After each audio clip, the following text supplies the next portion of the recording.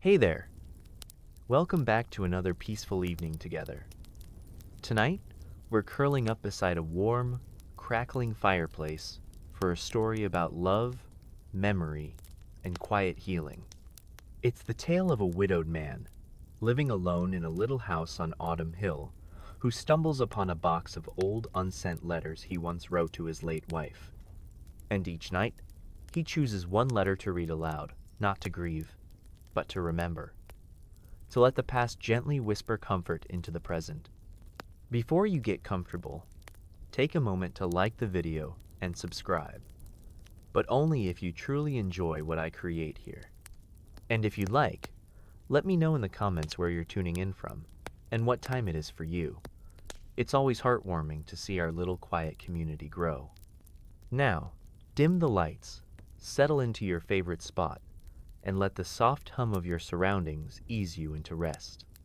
Tonight, we begin our journey through the tender words of a man who never stopped loving and the letters that helped him find peace, one evening at a time. The wind moved gently through the pines on Autumn Hill, brushing leaves against the windows of a quiet little cottage that had stood for nearly 50 years. Inside, the warmth of a fireplace flickered across worn hardwood floors, casting slow-moving shadows against shelves lined with books and framed photographs. Thomas sat alone in his armchair, a knitted blanket draped over his knees, a cup of chamomile cooling beside him. It was the kind of evening made for reflection, soft, still, and golden, the kind that seemed to ask nothing but for you to remember. Thomas had lived in this cottage with Eleanor, his wife, for more than 4 decades. Since her passing 2 years ago, the house had grown quieter, but never cold. Her touch was still everywhere in the pressed linens of the bedroom, the notes in the margins of cookbooks, the smell of her favorite lavender soap lingering faintly in the hallway.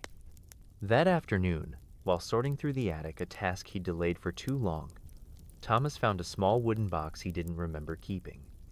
It was tucked behind a stack of old winter blankets, its lid slightly ajar. Curious, he carried it downstairs and set it gently on the hearth. Now, as the fire warmed the room, he opened it. Inside were letters, dozens of them, carefully folded and arranged by date. They were all addressed the same way, in his own handwriting, to Eleanor. He blinked, surprised, and then it came back to him quietly, like a breeze through memory. In the first months after Eleanor passed, Thomas had taken to writing to her in the evenings. Not emails or notes, but letters, real ones. It had been a comfort, a way to speak into the silence. He'd never intended to keep them. He thought he'd thrown them away. But here they were, waiting. He picked up the first one.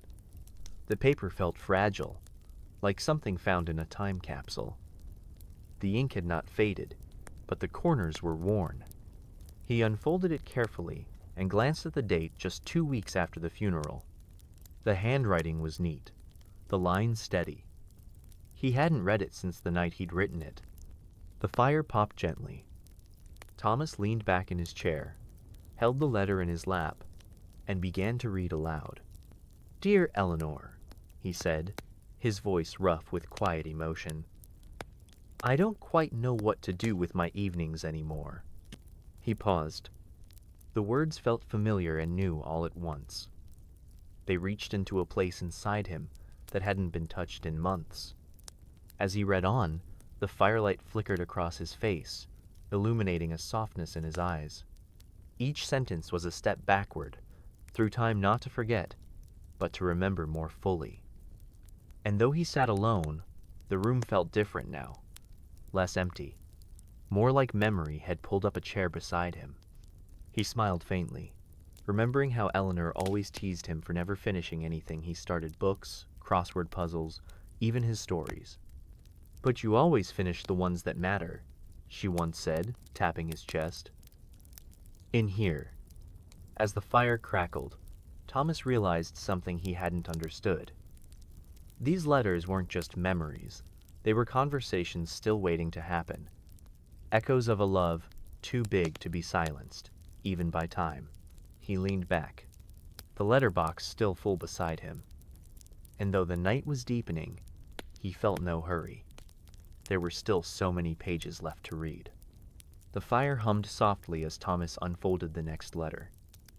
The paper was a little crisper than the last, written a few days later.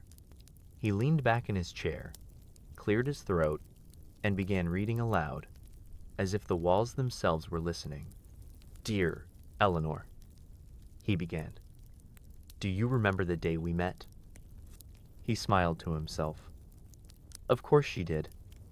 But he continued, "You were standing outside the old train station, wearing that yellow scarf you loved, the one with the tiny blue stitching. I remember thinking it looked like sunshine wrapped around you. I was running late, flustered, carrying too many books, and then I saw you. You smiled at me like you already knew me." Thomas chuckled, the memory vivid even now. He hadn't been looking for love that day, just a book fair and maybe a quiet afternoon. But Eleanor had stopped him with a simple kindness, asking if he needed help with his stack of books. That was all it took. He kept reading. "You helped me carry those books to the community hall, and we talked the whole way about poetry and winter, and how we both loved the smell of old paper. It was so easy with you, like breathing." Thomas paused and looked into the flames. "We didn't go a day without speaking after that. Do you remember that first walk through Maple Grove? You picked up every leaf you thought was pretty, until your pockets were overflowing. You made me promise we'd come back in spring, to see how the trees looked when they weren't dressed for fall. We did go back, didn't we? Every year." The words stirred a warmth in him that had long been quiet. He saw them again, younger, walking hand in hand through rustling trees, laughing at squirrels, planning futures. He read on. "I never told you this, but I was scared when I asked you to coffee that first time. Scared because I knew right then that you were going to change my life. And you did. Every good thing in me, the gentle parts, the patient parts, they were all shaped by loving you." Thomas stopped, letting the silence hold that truth. He continued, "Our first winter together, we made that tiny snowman on the back porch. Remember how you gave him my old scarf and said he needed a name? You called him Mr. Spriggs. I still don't know why, but we laughed for days about it. You always brought laughter into every season." Thomas set the letter down briefly and rubbed his hands together. The fire was warm, but memories had a chill of their own sometimes. "You were the first person I ever wrote poetry for," he read aloud again. "They were terrible poems, but you treated them like treasures. I still remember your smile when I read you the one about the moon. You called me your stargazer." He glanced at the bookshelf, where that old poem still sat framed. She had insisted. "Do you remember that rainy Sunday when we danced in the kitchen?" He continued. "You played Billie Holiday and spun around barefoot, flour still on your cheek from baking.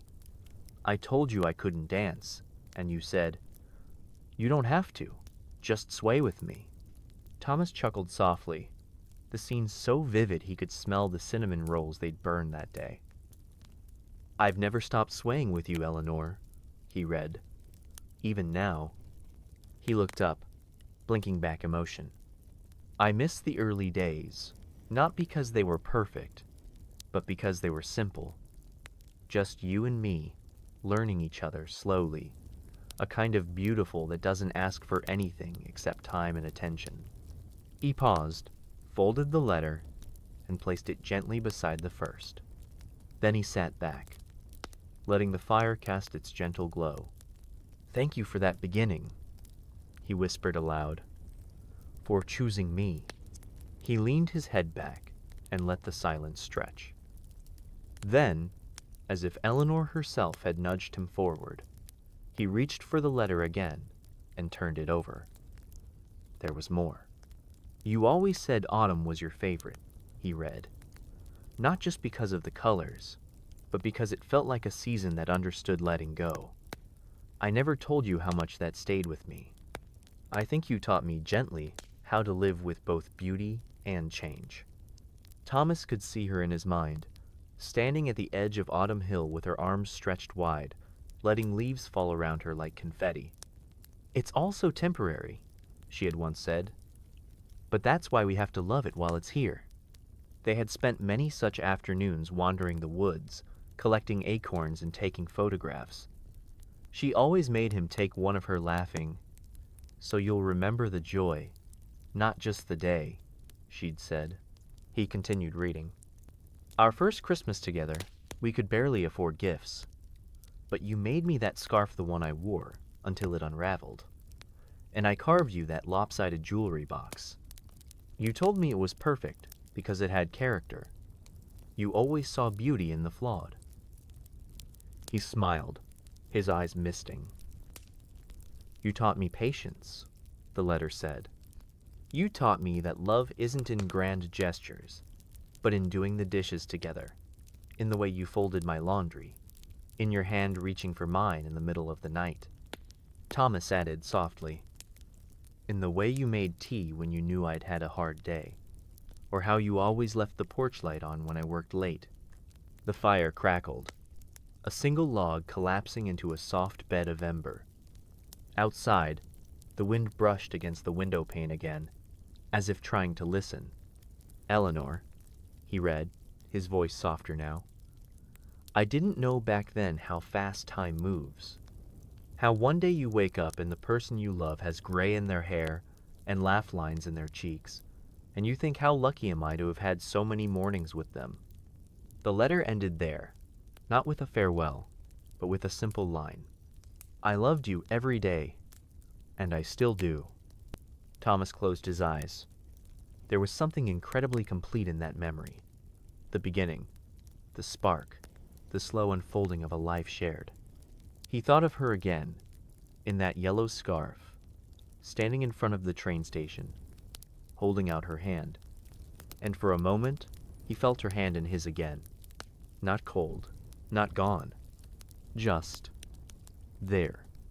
He opened his eyes again and looked at the remaining letters in the box. So many chapters still waiting. But tonight, this one, this beginning, was enough. He whispered, "Good night, my love," and let the letter rest, just as she once let him rest after long days, arms around him like home.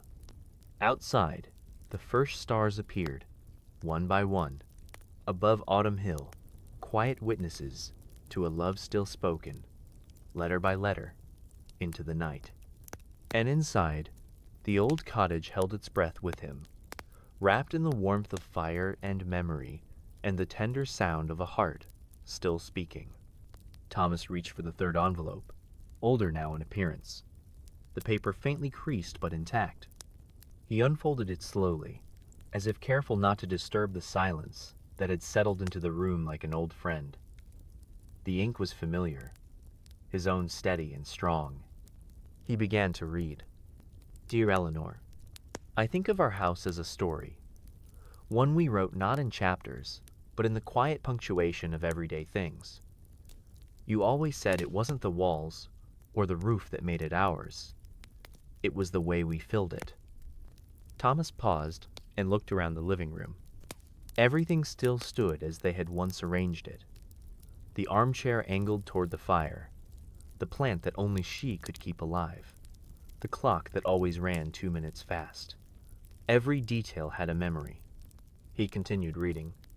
"Our mornings were always my favorite. The ritual of the kettle, the clink of your spoon in the sugar jar, the hum of the radio in the background. We rarely spoke much before coffee, but that silence was never empty. It was comfort, familiarity, the sound of life happening around love." Thomas could hear it even now, the soft pad of her slippers, the whistle of the kettle. He had written this letter just a few months into their marriage. Everything was still new then, but it already felt like forever. "You made our home more than a space," he read. "You filled it with little things that mattered. Fresh flowers on the windowsill, the scent of cinnamon in winter, notes in my lunch bag. You turned ordinary days into something to look forward to." he smiled. He hadn't thought about those notes in years. Small folded slips of paper, tucked next to his sandwich, always with a line from a poem or a terrible pun that made him groan and laugh all the same. And the dinners? He continued aloud. Even when we were tired, even when the world had worn us down, we sat across from each other and shared food, stories, glances. There was grace in those meals, the unspoken bond of two people saying, "I'm still here. I'm still choosing this." He folded his hands in his lap for a moment, the fire popping gently behind him. It was strange how the smallest things returned with such clarity. "We built something, Eleanor," he read on. "Not just a home, but a rhythm. A quiet dance of chores and errands and inside jokes. I don't think I appreciated then how rare that was, two people moving through life, not always in perfect step, but always holding hands." Thomas closed his eyes for a moment, breathing in the memory of her laughter from the kitchen, her voice humming as she washed dishes, the way she always corrected his crossword clues without even glancing at the puzzle. This life we made it wasn't flashy. It didn't need to be. It was steady and warm. It was 2 cups in the sink, 2 pillows slightly worn, 2 toothbrushes in the same glass. It was the small miracles of togetherness. He read the final lines slowly, deliberately, and even now, when I pour my coffee and only set out 1 cup, I still feel it, that presence, that peace, that story we lived, one quiet line at a time. Thomas placed the letter gently on top of the others. He didn't cry. Not tonight. Instead, he simply nodded, as if agreeing with the man he once was, the one who had written those words while Eleanor hummed in the next room. And somewhere deep inside, he felt it again, that ordinary, extraordinary joy of building a life with someone you love. He reached once more for the letter and continued reading the thoughts he had once captured. "Remember the garden?" he read. "You were convinced we could grow anything. I was skeptical, but you turned that patch of stubborn dirt into a sanctuary. Tomatoes, roses, and herbs I couldn't pronounce. But more than that, you grew joy. You'd sing to the plants, talk to them like old friends, and laugh when they seemed to bloom in response." Thomas chuckled, recalling the way she wore that floppy straw hat, always smudged with soil and sunshine. He never cared much for gardening himself, but he loved watching her in it, alive, glowing. "There was something holy about the way you moved through a room," he read. "You didn't rush. You noticed things. You made time feel slower, softer." He paused and let the quiet expand. "Even our chores became rituals. Laundry on Saturdays, grocery lists with doodles. You always added something whimsical, a pun, a heart, once even a drawing of a dancing carrot. Grocery joy, you called it. And somehow it worked." Thomas added aloud. "I still do the list that way. Haven't stopped." The fire dimmed slightly, casting deeper shadows across the walls. "I never told you," he read on, "but those moments folding sheets with you, fixing leaky faucets, even arguing about paint colors, they grounded me. I think love is made up of such things. Not the wedding, not the holidays, but the way we touched each other every day." Thomas closed his eyes, saw her again in a paint-splattered shirt, her nose wrinkled as she chose between oatmeal white and misty linen. She had always cared about the details, and she had taught him to care too. "I know life got busy," the letter said. "I know we had our frustrations, our missed chances for saying thank you. But I want you to know, Eleanor, I noticed it all. Every small kindness, every smile, every quiet forgiveness." He folded the letter slowly, hands steady. "These memories, they're not just keepsakes. They're the walls of the house inside me. And you, my love, are still its heart." Thomas held the next letter in his lap for a long while before unfolding it. The fire had dimmed to a slow, warm glow. Outside, the wind whispered through the pine branches of Autumn Hill. He traced the edges of the envelope, remembering the days this one would speak of the chapters, not always easy, but deeply important. He finally read aloud. Dear Eleanor, I used to think that love was proven in how we celebrated the best of times. But I was wrong. Love, real love, shows up in the storm. And you, my darling, were my shelter through every one. He paused and cleared his throat. You remember the winter I lost my job? How we worried through every bill, every late night? I was ashamed. I felt like I'd failed us. But you never once let me spiral. You made dinners from scratch, clipped coupons, wrapped your arms around me every night like nothing had changed. Thomas shook his head slowly. You made me feel like enough, he said aloud. He continued reading. I remember that one evening, after weeks of worry, you lit every candle in the house and made stew and biscuits. We ate by candlelight, not out of romance, but to save on the electric bill. You called it our pioneer adventure. We laughed until we cried. He chuckled again. That night, in all its hardship, had glowed in his memory like gold. And when your mother fell ill, he read, I watched you become her caretaker, steady, gentle, brave. I saw how you sat beside her hospital bed reading her favorite novels, how you massaged her hands when the pain was bad. You didn't let her suffer alone. Thomas's voice softened. You were so strong, he whispered. He continued, we didn't always agree. We had fights about money, about work, about whether or not to get a second dog. But I want you to know, I never doubted you, not once. Even when we were angry, I knew I was still lucky to be yours. He folded the top of the letter, then opened it again. Do you remember the miscarriage? He said, his voice quieter now. We were so full of hope. You'd already picked out names. And when it happened, I didn't know how to hold you through that kind of grief. I felt useless. He closed his eyes, the memory sharp. But you never made me feel that way. He read. You held me just as tightly. We carried that loss together, didn't we? Not with loud cries, but with whispered prayers and held hands. The fire crackled. I wish I'd told you more often how grateful I was. For your calm in chaos, for your laughter in the dark, for your courage when I had none. Thomas let the silence sit. Then he read the final lines. If the first part of our love was discovery, and the second was building, this was the testing. And we passed, not by being perfect, but by staying, by waking up each day and choosing love again, even when it was hard. He folded the letter and placed it slowly on the growing stack. We stayed, he said aloud. We always stayed.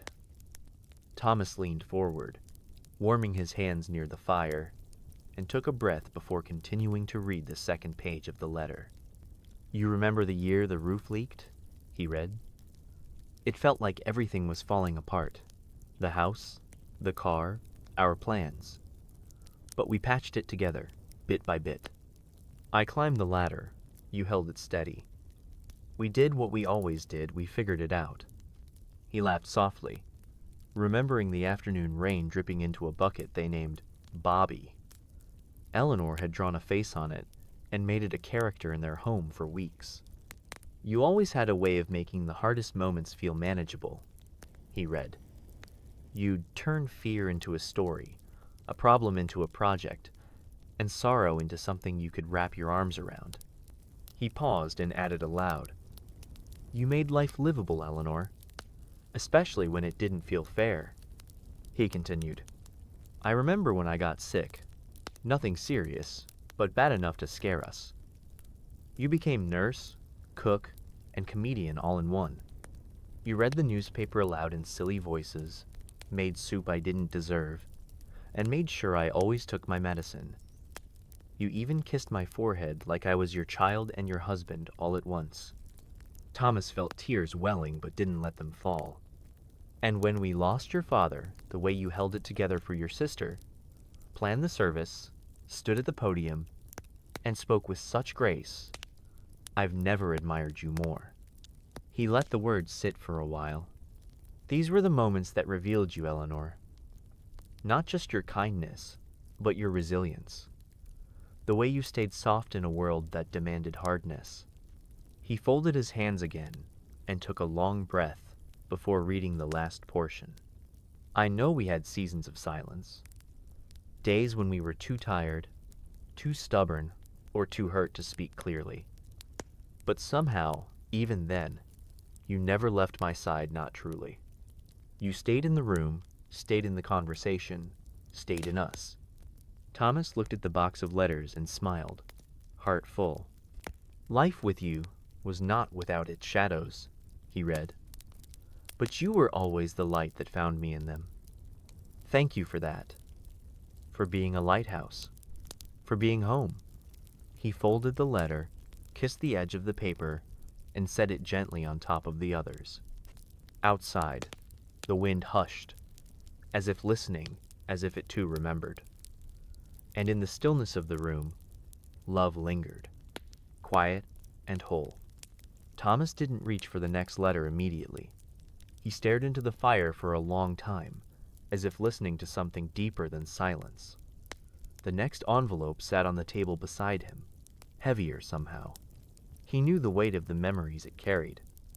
These were the last years, the quiet years, the years that asked more of love than any that came before.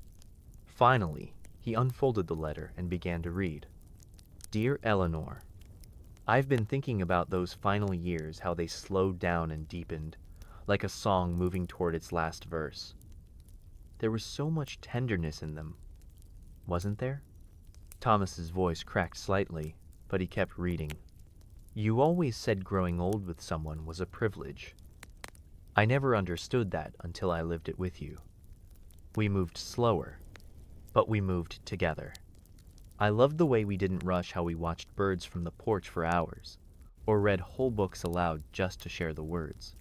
He smiled at the memory of Eleanor curled beneath a blanket, glasses perched on her nose, reading Austen with theatrical flair. You still made me laugh, he read. Even when your joints ached, even when we forgot where we left the keys or why we walked into a room, we laughed because we knew none of that mattered. What mattered was being together, morning tea, shared glances, warm socks, and silent prayers. He paused and breathed in slowly. These were the years when time softened into presence. And when the doctor gave us your diagnosis, he read more softly, I felt the world tilt. I wanted to be brave. I think I was most days. But sometimes I'd go into the garage, close the door, and just cry. Thomas wiped his eyes. You never saw that part, he whispered. You didn't complain, he read. Not once. Even when the treatments wore you down, even when your body ached, you still kissed my cheek each night. You still said, it's a good day, love, even when it wasn't. He let the quiet wrap around him for a moment. I remember our last Christmas. You were so tired, but you insisted on decorating. We didn't need a tree. You said just some pine boughs, candles, and the carols playing low. We sang together, your voice barely a whisper, but still, the most beautiful sound in the world. He smiled, the firelight flickering gently across his face. You asked me once if I'd be okay after, he read, voice trembling. I said yes. I didn't want you to worry. But the truth is, I didn't know. I still don't always know. But I've learned this grief is just love, looking for a place to go. He folded the letter slowly, then held it to his chest. You gave me everything, Eleanor. Even in your last breath, you gave me peace. You said, I'll wait for you by the garden. And that's where I find you now, every time the lilacs bloom. He closed his eyes. I miss you, he said softly. But more than that, I remember you. And that's how I know you're still here. He opened the letter again and kept reading the rest of what he had once written. You told me once that dying wasn't what scared you. Forgetting was. Forgetting our life, our moments. But I promised I'd carry them for both of us. And I have, Eleanor. I've carried them every day. Thomas looked around the room at their photos, their books, the quilt she made during that last winter. It was all still here, just quieter now. I still make your tea sometimes, he read, and set it beside your chair, before realizing again.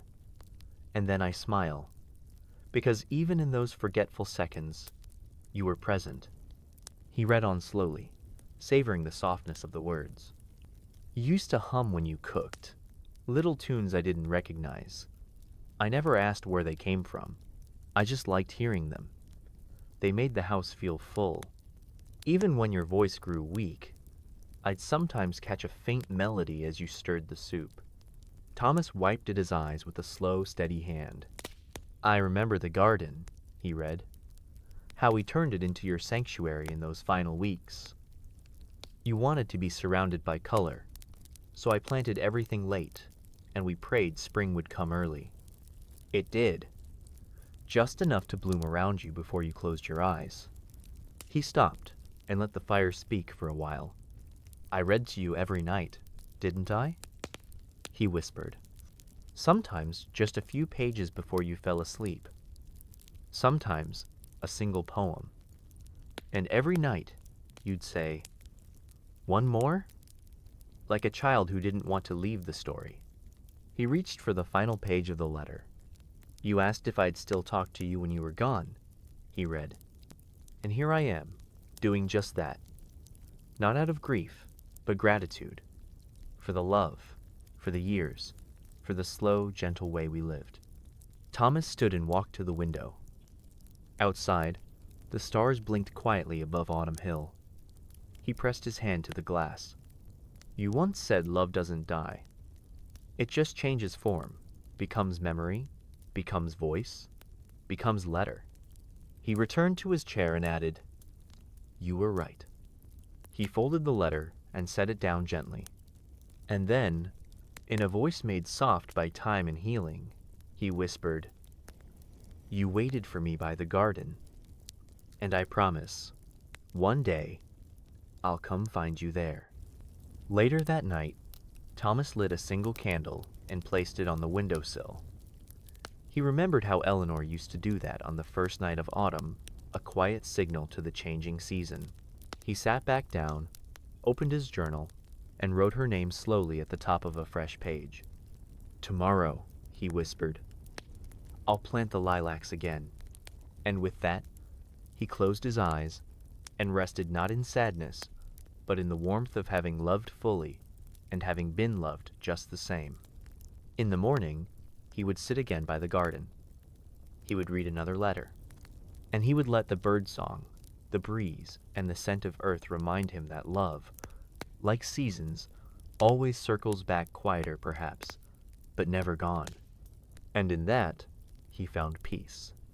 He thought of the countless moments that had seemed so small at the time, folding laundry together, her brushing crumbs from his sweater, the two of them watching the same film for the 7th time, just to hear the part that always made her laugh. He saw now that none of it had been small. Each was a thread, and together they had woven a life. When he finally returned the letter to its envelope, he pressed it closed with a hand that trembled slightly, not from age, but from reverence. He looked again toward the garden, now covered in frost. I'll keep writing, he said, until I see you again. The morning light crept softly across the hardwood floor, touching the edge of the armchair where Thomas sat with the last letter resting gently in his hands. The box was nearly empty now, and only one envelope remained, slightly thicker than the others. It had been the final one he had written, and the only one sealed. He broke the seal slowly and unfolded the pages with reverence. The air felt still, as if the house itself was listening. "Dear Eleanor," he read, "I think this is the last letter I'll write, not because I've run out of things to say, but because I've finally learned how to hold them in peace." He paused, heart steady, breath calm. "I've spoken to you every night for months. These pages have held my grief, my gratitude, my memory. They've become the bridge between what was and what still is." Thomas looked out toward the window, where the garden, dusted in morning frost, shimmered like memory made visible. "I want you to know," he continued, "I am okay. Not the kind of okay that means everything is perfect, but the kind that means I'm still moving. I'm still noticing the light. I'm still finding reasons to smile."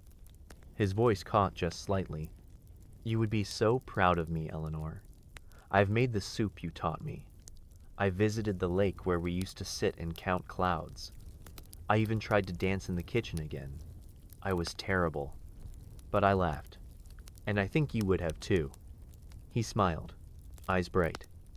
"I still set your place at the table sometimes. I still hum your songs when I fold the laundry.